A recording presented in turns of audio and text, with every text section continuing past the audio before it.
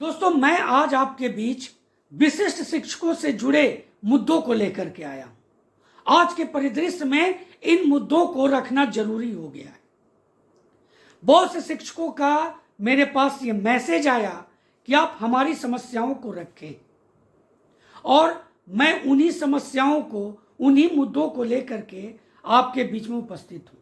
जो मुद्दे हैं मैं पहले आपको बता देता हूं। विशिष्ट शिक्षक आज हताश और निराश है। आखिर कारण क्या क्या है और उसका निराकरण क्या हो सकता है? उनकी स्थिति बद से बदतर होती चली जा रही है। आखिर यह स्थिति क्यों है?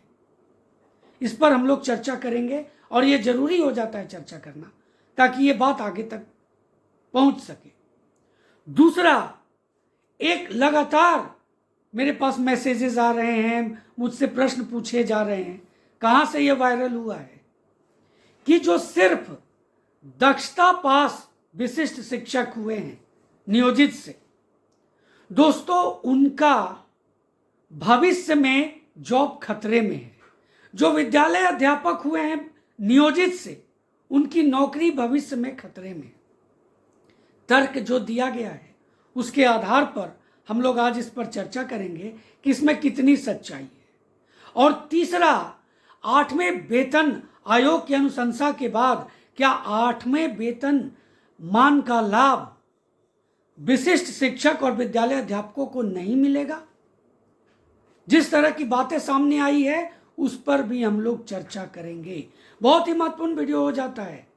चैनल पर नए हैं, अभी तक चैनल को सब्सक्राइब नहीं किया है तो चैनल को सब्सक्राइब कर लें, अधिक से अधिक शेयर कर दीजिए ताकि सभी तक ये मैसेज पहुंच सके, ये वीडियो पहुंच सके, ये बात पहुंच सके, और आपकी समस्याओं के निराकरण में यह एक स्टेप का काम कर सके। तो चलिए पहले मुद्दे पर आते हैं। और मैंने आपको ये कहा था, जो पहला जो मुद्दा मैंने रखा था कि विशिष्ट शिक्षक हताश व निराश क्यों, मैंने एक एक चीज को यहां नोट किया है। देखिए, लगभग 3 महीने होने जा रहा है, वेतन प्राप्त नहीं हुआ है। महीनों लग गए प्राण जनरेट होने में, और उसके बाद होली जैसा महापर्व गुजर गया लेकिन उन्हें वेतन नहीं मिला। उसके पीछे तर्क था कि ऑनबोर्डिंग नहीं हुआ। आज भी होली के सभी चीजें एज यूजुअल होने के बाद 2-3 दिन बीत चुके हैं, लेकिन उसके बाद भी अभी तक की स्थिति वही बनी हुई है। अगर पूरे बिहार को देखें तो लगभग 15 से 20% शिक्षकों को ही वेतन प्राप्त हुआ है, यानी उनका प्राण जनरेट होने के बाद ऑनबोर्डिंग हो चुका है। आप याद कीजिए TRE1 TRE2 के समय 15 दिन का वेतन मिला था विद्यालय अध्यापकों को, और इस 15 दिन के बीच में उनका प्राण जनरेट भी हो गया, उनका ऑनबोर्डिंग भी हो गया और वेतन भी प्राप्त हो गया। आज ये स्थिति कैसे हो गई है? क्या इस पर विभाग को संज्ञान नहीं लेना चाहिए, या इस विभाग में जो सने सने के कार्य हो रहे हैं उसको तेज गति से 1 सप्ताह के अंदर इसको एज यूजुअल नहीं लाया जाना चाहिए? अगर मेरी वीडियो पहुंच रही है आगे तो मैं ये बात कह रहा हूं, उनसे आग्रह कर रहा हूं कि इसको आप यथास्थिति जो अभी बनी हुई है उसको ठीक करें, और जल्द से जल्द जो स्थिति बनी हुई है आज विशिष्ट शिक्षकों की, जो हताश निराश हैं, कर्ज में डूबे हुए हैं, समस्याओं में डूबे हुए हैं, आर्थिक स्थिति दयनीय हो गई है, उनकी स्थिति को समझें। ये नए शिक्षक नहीं है, 20 साल 15 साल 10 साल दे चुके हैं ये, और इनकी अपनी एक जिंदगी है, उसके आधार पर इनका एक खर्च है। चलिए, उसके बाद क्या है? पे फिक्सेशन में देरी। पे फिक्सेशन नहीं मिलने के कारण, इन्हें नहीं होने के कारण इन्हें मूल वेतन पर पेमेंट होना है, और इसमें सबसे ज्यादा नुकसान 1 to 5 वाले शिक्षकों को। उनका वेतन 10 से 12 हजार घटने जा रहा है, और जब तक पे फिक्सेशन नहीं होता है इतना में उनको मैनेज करके चलना पड़ेगा। ये भी एक स्थिति है हताशा और निराशा का।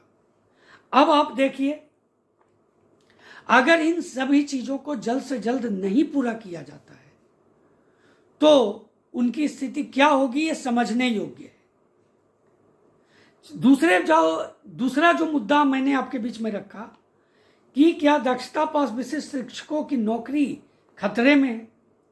तर्क यही दिया गया कि नई नियुक्ति है और नई नियुक्ति होने के बाद उसमें टीईटी जरूरी है, क्योंकि जो नई शिक्षा नीति है या उसके पहले 2010 के बाद जो भी ये गाइडलाइंस भी है, तरह तरह के वहाँ पर केसेस के बारे में चर्चा की गई कि इसके आधार पर 2010 के बाद जो नियुक्ति होगी उसमें टीईटी अनिवार्य है। तो दक्षता पास कैसे इसमें सिक्योर रह सकते हैं, उनकी नौकरी तो खतरे में पड़ जाएगी, या वो विद्यालय अध्यापक हो या फिर विशिष्ट शिक्षक हो। दोस्तों समझना चाहिए यहाँ पर, ये तो तर्क है, तर्क पर मैं ज़्यादा आपका समय नहीं लेना चाहता, इसलिए शॉर्टकट तरीके से आपके बीच में रख दिया। पहली बात विशिष्ट शिक्षकों की करते हैं। यह एक डिपार्टमेंटल एग्जाम है दोस्तों, सक्षमता 1 हो, सक्षमता 2 हो या 3, 4, 5 जो भी होगा, यह एक डिपार्टमेंटल एग्जाम है। और डिपार्टमेंटल एग्जाम किनका लिया जाता है? जो पहले से सेवा में रखते हैं। तो इस आधार पर यह नई नियुक्ति नहीं है। हाँ, नया संवर्ग भले ही है, नई नियुक्ति नहीं है, और नया संवर्ग अपग्रेड किया गया है।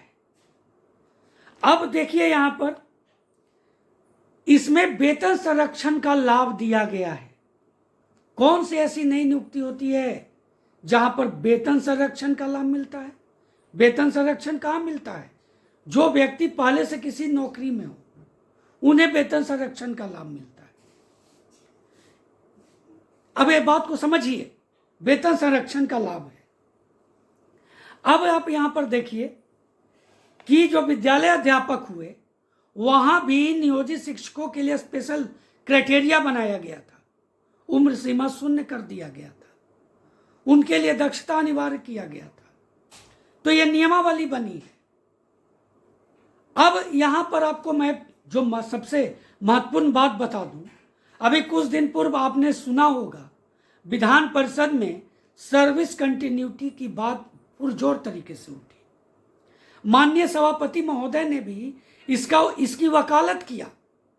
और आपको सोचना चाहिए, अगर सरकार के अंतर्गत ये बात नहीं रहती तो माननीय शिक्षा मंत्री बिल्कुल डिनाई कर जाते, लेकिन उन्होंने कहा कि इसके लिए कमेटी बनाएंगे, यानी भविष्य में सर्विस कंटिन्यूटी मिलना तय है। तो जो विशिष्ट बन गए हैं, जो विद्यालय अध्यापक बन गए हैं, विशिष्ट को तो यह है कि उनको भले ही एरियर के रूप में, अभी मैंने बताया, उन्हें एरियर तो मिलेगा। जैसे ही उनकी पे फिक्सेशन हो जाएगा उन्हें एरियर तो मिलेगा, तो वेतन संरक्षण तो मिल गया, सर्विस तो नहीं रही नहीं।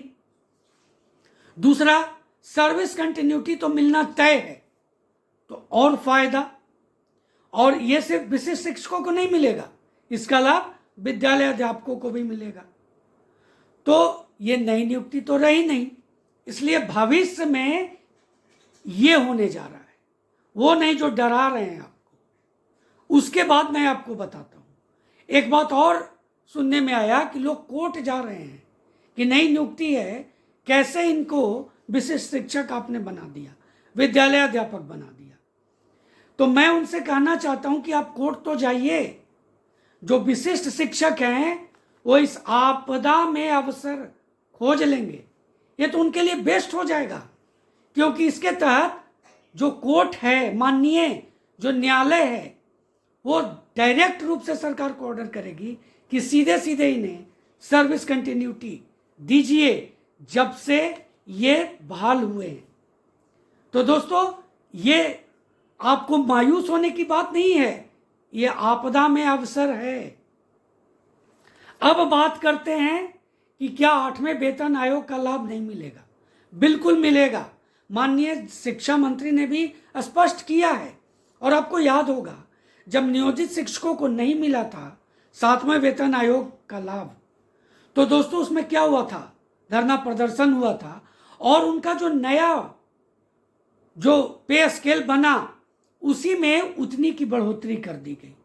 तो आपका जो नया पे स्केल बना है 25,000, 28,000, 31,000, 32,000, 1 to 5 से लेके 11, 12 तक, उसी के आधार पर दोस्तों आपका जो 8वें वेतन आयोग की अनुशंसा होगी, 8वां वेतनमान जब लागू होगा तो उसी के आधार पर उतना ही आपको इंक्रीमेंट का लाभ मिल जाएगा।